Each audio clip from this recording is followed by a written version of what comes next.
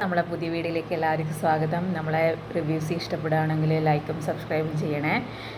അങ്ങനെ ബാലചന്ദ്രൻ അലീനയുടെ അച്ഛൻ്റെ ഡീറ്റെയിൽസ് എല്ലാം ഗംഗാധര മേനോട് ചോദിക്കുന്നുണ്ട്. അന്നേരം ഗംഗാധര മേനോൻ പറയുന്നുണ്ട്, എന്തിനാ ബാല ഈ കാര്യങ്ങളെല്ലാം അന്വേഷിക്കുന്നത്, വെറുതെ ഭാരം കൂടാന്നല്ലാണ്ട് എന്ന് പറയണം. അന്നേരം ബാലേന്ദ്രൻ പറയാണ്, എല്ലാം ഞാൻ ഇറക്കി വെക്കും ഗംഗാട്ട, എല്ലാ കാര്യങ്ങളും ഞാൻ ഇറക്കി വെക്കുമെന്ന് പറയാണ്. എന്നിട്ട് ഗംഗാടൻ ചോദിക്കുന്നുണ്ട്, ഈ വിവരങ്ങളെല്ലാം അറിഞ്ഞിട്ട് നീ എന്ത് ചെയ്യാനാണെന്ന് ചോദിക്കുന്നുണ്ട്. അന്നേരം ബാലടൻ പറയുന്നുണ്ട്, അയാൾ ഫ്രീ ആണെങ്കിൽ വൈജയന്തിയെ ഒന്നുകൂടി കെട്ടിച്ചു കൊടുക്കാമെന്ന് വിചാരിച്ചിട്ടാണെന്ന് പറയണം. ഒരു ഭർത്താവിന് കൊടുക്കാൻ പറ്റുന്ന ഏറ്റവും വലിയ ഗിഫ്റ്റാണല്ലോ ഇത്, ഭാര്യയെ മുൻ കാമുകന് വിട്ടുകൊടുക്കുക എന്നുള്ളത്. അതിനുള്ള ഹൃദയവിശാലത എനിക്ക് ഉണ്ട് ഗംഗേട്ടാന്ന് പറയാണ്. അത് കുറച്ച് ലേറ്റായി പോയിന്നേ ഉള്ളൂ. അന്നേരം ഗംഗേട്ടൻ പറയുന്നുണ്ട്, പരിഹസിക്കുന്നതിനും ഒരു അതിരുണ്ട് ബാലേന്ദ്ര, ഞാനും നീയും മനുഷ്യനാ, ഒരു ശ്വാസം അടഞ്ഞു പോയാൽ തീരാവുന്നതേയുള്ളൂ എല്ലാവരുടെയും കർവ് എന്ന് പറയാണ്. അന്നേരം ബാലേന്ദ്രൻ പറയുന്നുണ്ട്, ഗംഗേട്ടന് അയാളുടെ അഡ്രസ്സ് തരാൻ പറ്റുമോ, ഇങ്ങ് താന്ന് പറയാണ്. എന്നിട്ട് പിന്നെ ബാലേന്ദ്രൻ പറയുന്നുണ്ട്, വേണ്ട ഗംഗേട്ടൻ പറയണ്ട, ഞാൻ വൈജയന്തിയോട് ചോദിക്കാം, ഇപ്പോൾ തന്നെ വിളിച്ച് ചോദിക്കാമെന്ന് പറയാണ്. അന്നേരം ഗംഗേട്ടൻ പറയുന്നുണ്ട്, വേണ്ട ഞാൻ പറയാമെന്ന് പറയുന്നു. എന്നിട്ട് ഗംഗേട്ടൻ പറയുന്നുണ്ട്, 300 കിലോമീറ്റർ ഇതറിയാൻ വേണ്ടി മാത്രം വന്നതല്ലേ, അതുകൊണ്ട് ഞാൻ പറയാമെന്ന് പറയാണ്. അയാളുടെ പേര് സ്റ്റാൻലിൻ ജോസഫ്, അയാളുടെ വീട്ടുപേര് കൊട്ടാരമറ്റത്തിലെ, വീട് പുനരൂർ, പത്തനംതിട്ട. എന്നിട്ട് ബാലചന്ദ്രൻ ചോദിക്കുന്നുണ്ട്, കൊട്ടാരമറ്റത്ത് സ്റ്റാൻലിൻ ജോസഫ് ഇപ്പോൾ എവിടെയാണ് താമസം? അന്നേരം ഗംഗേട്ടൻ പറയുന്നുണ്ട്, അതറിയില്ല, കേണലായിട്ടാണ് റിട്ടയർഡ് ചെയ്തതെന്ന് ആരോ പറയുന്നത് കേട്ടു, അത് മാത്രമേ അറിയുള്ളൂ എന്ന് പറയാണ്. അന്നേരം ബാലചന്ദ്രൻ ചോദിക്കുന്നുണ്ട്, ഇപ്പോഴത്തെ അഡ്രസ്സ് എവിടെയാണെന്ന് അറിയില്ലേ ചോദിക്കുകയാണ്. അന്നേരം ഗംഗേട്ടൻ പറയുന്നുണ്ട്, ഇല്ല, നമ്മൾ തമ്മിൽ ഓരോ കോണ്ടാക്റ്റും ഉണ്ടായിരുന്നില്ല എന്ന് പറയണം. അന്നേരം ബാലചന്ദ്രൻ ചോദിക്കുന്നുണ്ട്, അച്ഛൻ്റെ പേരെന്താ, അമ്മയുടെ പേരെന്താ ഒക്കെ ചോദിക്കുന്നുണ്ട്. അന്നേരം ഗംഗയുടെ എല്ലാം കറക്റ്റായിട്ട് പറയുന്നുണ്ട് കേട്ടോ. എന്നിട്ട് ബാലചന്ദ്രൻ പറയുന്നുണ്ട്, ഇനി എനിക്ക് അഡ്രസ്സ് സെറ്റ് ചെയ്യണം എന്ന് പറയാണ്.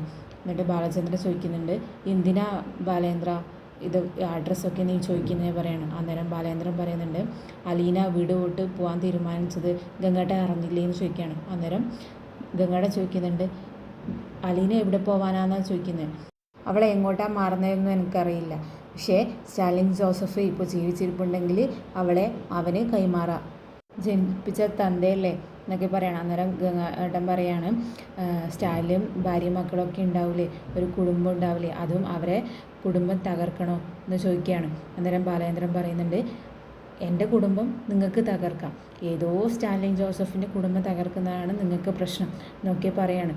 അങ്ങനെ ഗംഗേട്ടൻ പറയുന്നത്, അയ്യോ ഞാൻ അറിയാണ്ട് പറഞ്ഞു പോയതാ എന്നൊക്കെ പറയാണ്. അന്നേരം ബാലചന്ദ്രൻ പറയുന്നുണ്ട്, അയാളുടെ കുടുംബം നശിച്ചാൽ എനിക്കെന്താ, നിങ്ങളെയൊക്കെ ഒരു വരിയിൽ കെട്ടിവെച്ചിട്ട് വെടിവെച്ച് കൊല്ലേണ്ടവനാണ് ഞാൻ. എന്നോടാണോ പറയുന്നത് അയാളെ വേദനിപ്പിക്കരുതെന്ന്? അലീന ഇത്ര നാളും പെറ്റ തള്ളയുടെ കൂടെ ജീവിച്ചു, എന്നിട്ട് അവൾക്ക് നീതി കിട്ടിയില്ല, എന്നെ തന്തയുടെ കൂടെ ജീവിച്ചു നോക്കട്ടെ എന്ന് പറയാണ്. അന്നേരം ഗംഗേട്ടൻ ചോദിക്കുന്നുണ്ട്, വേറെ ഒരു മാർഗ്ഗം ഇല്ലാഞ്ഞിട്ടാണോ ബാലേന്ദ്ര എന്ന് ചോദിക്കുകയാണ്.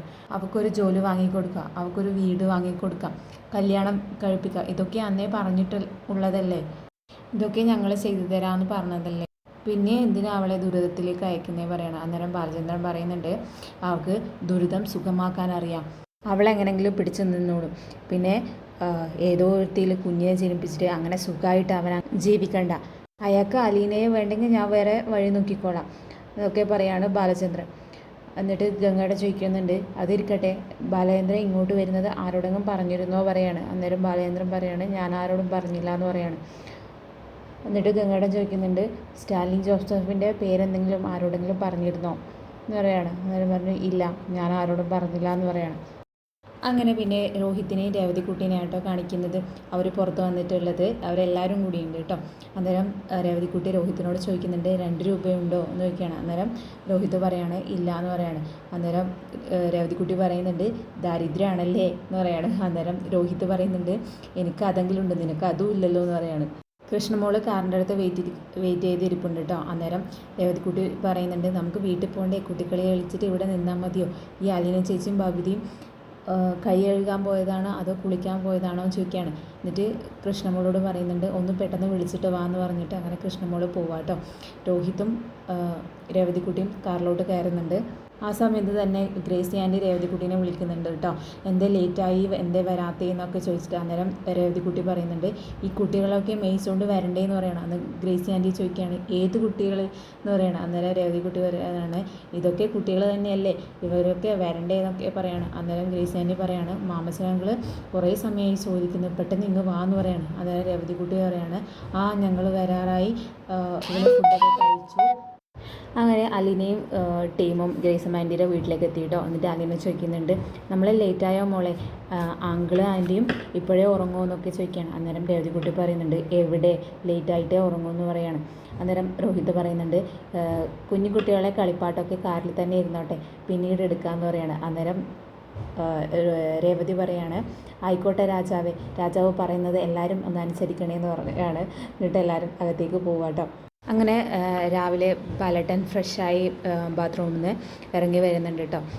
ഗോവർദ്ധന നന്നായിട്ട് ഉറങ്ങുന്നുണ്ട്, രാത്രിയിലത്തെ വെള്ളടി കാണാൻ തോന്നുന്നു. അങ്ങനെ ബാലേട്ടൻ തട്ടി വിളിക്കുന്നുണ്ട് കേട്ടോ, ഗോവർദ്ധന എന്ന് 2-3 വട്ടം വിളിക്കുന്നുണ്ട്. അങ്ങനെ ഗോവർദ്ധനൻ ഞെട്ടി എണീക്കുന്നുണ്ട്. എന്നിട്ട് ഗോവർദ്ധനൻ ചോദിക്കുന്നുണ്ട് എന്താ ബാലേട്ട ഇത്ര നേരത്തെ വിളിക്കുന്നതെന്ന് പറയണം. അന്നേരം ബാലേട്ടൻ പറയാണ് നേരത്തെയോ, നേരം വെളുത്തു എന്ന് പറയാണ്. അന്നേരം സമയം നോക്കുന്നുണ്ട്. അന്നേരം ഗോവർദ്ധനൻ പറയാണ് ഇത്രയും ലേറ്റായോ, എന്നിട്ട് എന്താ വിളിക്കാഞ്ഞെന്ന് പറയാണ്. എന്നിട്ട് ഗോവർദ്ധനൻ കട്ടിലിൽ നിന്ന് എണീക്കുക കേട്ടോ.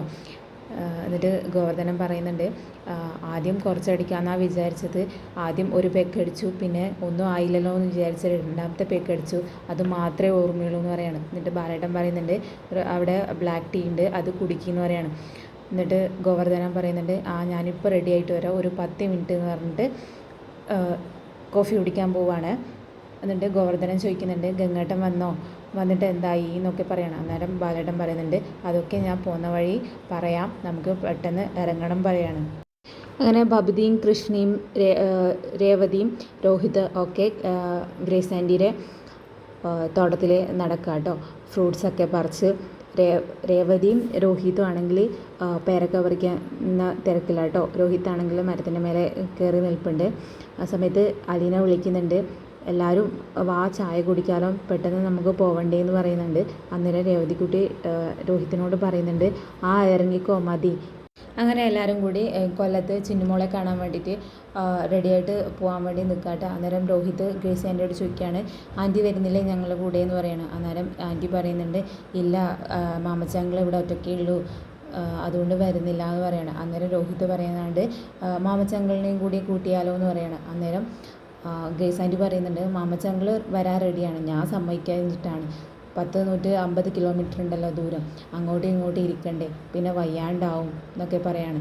അന്നേരം ബബിത ചോദിക്കുന്നുണ്ട് 150 കിലോമീറ്ററോ, 150 കിലോമീറ്ററിലാണ് രോഹിതേട്ടൻ ഒറ്റയ്ക്ക് ഡ്രൈവ് ചെയ്യുമോ എന്ന് ചോദിക്കുകയാണ്. അന്നേരം രോഹിത് പറയുന്നുണ്ട് 80 കിലോമീറ്റർ ഇപ്പോൾ ഓടിച്ച് വന്നില്ലേ, ഇപ്പോൾ അങ്ങോട്ട് ഹൈവേ അല്ലേ, നന്നായി ഓടിക്കാൻ പറ്റും എന്ന് പറയുകയാണ്. അന്നേരം മാമച്ചാങ്ങൾ പറയുന്നുണ്ട് കൊച്ചിൻ്റെ വീഡിയോ ഫോട്ടോസൊക്കെ എടുത്തിട്ട് വരണേ പറയണം. അന്നേരം രേവതിക്കുട്ടി പറയാണ് അതൊക്കെ ഞങ്ങളെ 5 സ്മാർട്ട് ഫോണായിട്ടാണ് പോകുന്നേ പറയണം. പിന്നെ മാമച്ചാങ്ങൾ പറയുന്നുണ്ട് കൊച്ചിനെ ആരൊക്കെ അഡോപ്റ്റ് ചെയ്യാൻ വേണ്ടി ശ്രമിക്കുന്നുണ്ട്, അതൊന്നും സമ്മതിക്കണ്ട കേട്ടോ എന്ന് പറയാണ്. അന്നേരം അലീന പറയാണ് അതൊക്കെ ഞങ്ങൾ സംസാരിച്ചോളാം അങ്കിളെ, ഞങ്ങൾ അങ്ങനെ വിട്ടു കൊടുക്കില്ല എന്ന് പറയാണ്. എൻ്റെ അങ്കിള് പറയാണ് എന്നാൽ ഇറങ്ങിക്കോ, രാത്രിക്ക് മുമ്പ് തിരിച്ചെത്തേണ്ടതെന്ന് പറയാണ്. അന്നേരം അലീനയും രേവതിക്കുട്ടിയും എല്ലാവരും അങ്കിളിനോട് ആൻറ്റിയോട് യാത്ര പറഞ്ഞ് അങ്ങനെ ഇറങ്ങാം കേട്ടോ. അങ്ങനെ ഗോവർദ്ധനും ബാലേന്ദ്രനും യാത്ര ഇരിക്കുക കേട്ടോ സ്റ്റാലിനെ അന്വേഷിച്ച്. എന്നിട്ട് ബാലേന്ദ്രൻ ഗോവർദ്ധനോട് ചോദിക്കുന്നുണ്ട് കേട്ടൊക്കെ ഇറങ്ങിയോ ചോദിക്കുന്നുണ്ട്. അന്നേരം ഗോവർദ്ധനം പറയുന്നുണ്ട് അവിടുത്തെ നല്ല തണുത്ത വെള്ളത്തിൽ കുളിച്ചപ്പോൾ ക്ഷീണമൊക്കെ മാറിയെന്ന്. എന്നിട്ട് ഗോവർദ്ധനം ചോദിക്കുന്നുണ്ട് ഇനി നമ്മൾ എവിടേക്കാണ് ശരിക്കും പോകുന്നതെന്ന് പറയാണ്. അന്നേരം ബാലേന്ദ്രൻ പറയുന്നുണ്ട് അത് ശരിയാ, അത് പറഞ്ഞില്ലല്ലോ എന്ന് പറയാണ്. എന്നിട്ട് പറയുന്നുണ്ട് നമ്മൾ ഭൂതത്തിൻ്റെ ഉത്ഭവസ്ഥാനത്തേക്ക് പോകുന്നത് പുനലൂർക്ക് എന്ന് പറയാണ്. അന്നേരം ഗോവർദ്ധനം ചോദിക്കുന്നുണ്ട് ഇന്നലെ മേനോൻ സാറ് വന്നിട്ട് എന്താ പറഞ്ഞത് പറയാണ്. അന്നേരം ബാലേന്ദ്രൻ പറയുന്നുണ്ട് മേനോൻ സാറിൻ്റെ താക്കോലും കൊണ്ടല്ലേ നമ്മൾ പുനലൂർക്ക് പോകുന്നത്. അന്നേരം ഗോവർദ്ധനം പറയുന്നതാണ് ബാലേട്ടൻ പറയുന്നത് എനിക്കൊന്നും മനസ്സിലാവുന്നില്ല. എന്നിട്ട് ബാലേന്ദ്രൻ പറയുന്നുണ്ട് ഗോവർദ്ധന ഈ യാത്രയുടെ അവസാനം തനിക്ക് എല്ലാ കാര്യങ്ങളും ഞാൻ പറഞ്ഞു തരുന്നുണ്ട്. അന്നേരം ഗോവർദ്ധനം പറയുന്നുണ്ട് ശരി എന്ന് പറയാണ്. പിന്നെ രേവതിക്കുട്ടീനെ അവരെ ടീംസിനെയാണ് കേട്ടോ കാണിക്കുന്നത്. അവർ കാറിൽ കൊല്ലത്തോട്ട് പോയിക്കൊണ്ടിരിക്കുകയാണ്. അന്നേരം രോഹിത് അലീന ചേച്ചിയോട് ചോദിക്കുന്നുണ്ട്, അലീന ചേച്ചി നമുക്ക് വഴിയൊന്നും തെറ്റിയില്ലല്ലോ എന്ന് പറയണം. അന്നേരം അലീന പറയുന്നുണ്ട്, ഇല്ല ഇത് തന്നെയാണ് വഴി എന്ന് പറയാണ്. അന്നേരം രേവതിക്കുട്ടി പറയുന്നുണ്ട്, ഇത്രയേരം ഞാൻ തന്നെയല്ലേ പറഞ്ഞത്, ഇതുവരെ വഴി തെറ്റിയില്ലല്ലോ എന്ന് പറയാണ്. അന്നേരം രോഹിത് പറയാണ്, വഴി തെറ്റിയില്ല എന്ന് പറയാൻ നമ്മളെവിടെ എത്തിയില്ലല്ലോ, പിന്നെ എവിടെയും പോയി വഴി തെറ്റണ്ടല്ലോ എന്ന് വിചാരിച്ചിട്ട് ഞാൻ ഒന്ന് കൺഫേം ചെയ്തതാണെന്ന് പറയാണ്. അന്നേരം രേവതിക്കുട്ടി രോഹിത്തിനെ ഇറിറ്റേറ്റ് ചെയ്യാൻ വേണ്ടിയിട്ട് പിന്നെയും എന്തൊക്കെയോ പറഞ്ഞുകൊണ്ടിരിക്കുന്നു കേട്ടോ. ഇതുവരെ വഴി തെറ്റാത്ത ഒരാൾ എന്ന് പറയാണ്. അന്നേരം അലീന പറയാണ്, ഒന്നും മിണ്ടാതിരിക്കുമോ എന്ന് പറയണം. അന്നേരം രോഹിത്തിനോട് പറയുന്നുണ്ട്, അവൾ എന്തെങ്കിലും പറഞ്ഞോട്ടെ, നീ മിണ്ടാതിരുന്നാൽ മതി, പിന്നെ അവൾ നാണം കെട്ട് മിണ്ടാതിരുന്നോളൂ എന്ന് പറയണം. അന്നേരം രോഹിത്ത് പറയാണ്, അത് ഇവക്കില്ല എന്ന് എനിക്കറിയാം, എനിക്ക് മനസ്സിലായി എന്ന് പറയാണ്. അങ്ങനെ അവർ ചിന്നുമോളുടെ അടുത്തേക്ക് എത്തുക കേട്ടോ. രേവതിക്കുട്ടി പറയുന്നത് കണ്ടോ, ഞാൻ ഇപ്പോൾ വഴി തെറ്റിക്കാണ്ട് ഇവിടെ എത്തിയില്ലേ എന്ന് പറയണം. അന്നേരം ബബിത പറയാണ്, രോഹിത്തേട്ട ആദ്യമായിട്ടാണ് ഒരാളുടെ വാക്കിന് മുന്നിൽ ഇങ്ങനെ പതറുന്നേ പറയാണ്.